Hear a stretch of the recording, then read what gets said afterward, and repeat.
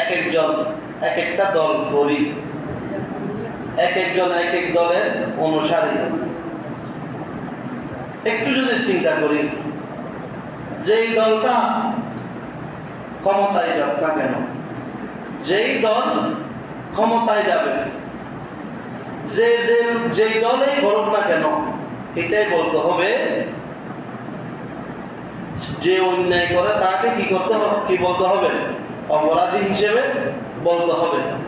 কিন্তু আমাদের মধ্যে এমন এমন নেতা নেত্রী রয়েছে, আমার দল যদি বা দেশের মানুষকে জবর করে দাও, জীবন্ত মানুষকে কতল করো, হত্যা করো, আমার দল ভালো। কি বলবে? আমার দল ভালো, আমার দলের কোনো দোষ নাই। আমি এই হাদিসে পাক থেকে এটাই বলবো, সাহাবায়ে কেরাম যেটা হক এটাকে হক বলেছেন, যেটা সত্য সত্যের পক্ষে ছিলেন, বিপক্ষে মিথ্যার পক্ষে কোনোদিন কোন সাহাবায়ে কেরাম, কোন আল্লাহর মুমিন বান্দা মিথ্যাকে প্রশ্রয় দেননি। এটা হচ্ছে আমাদের ইসলাম।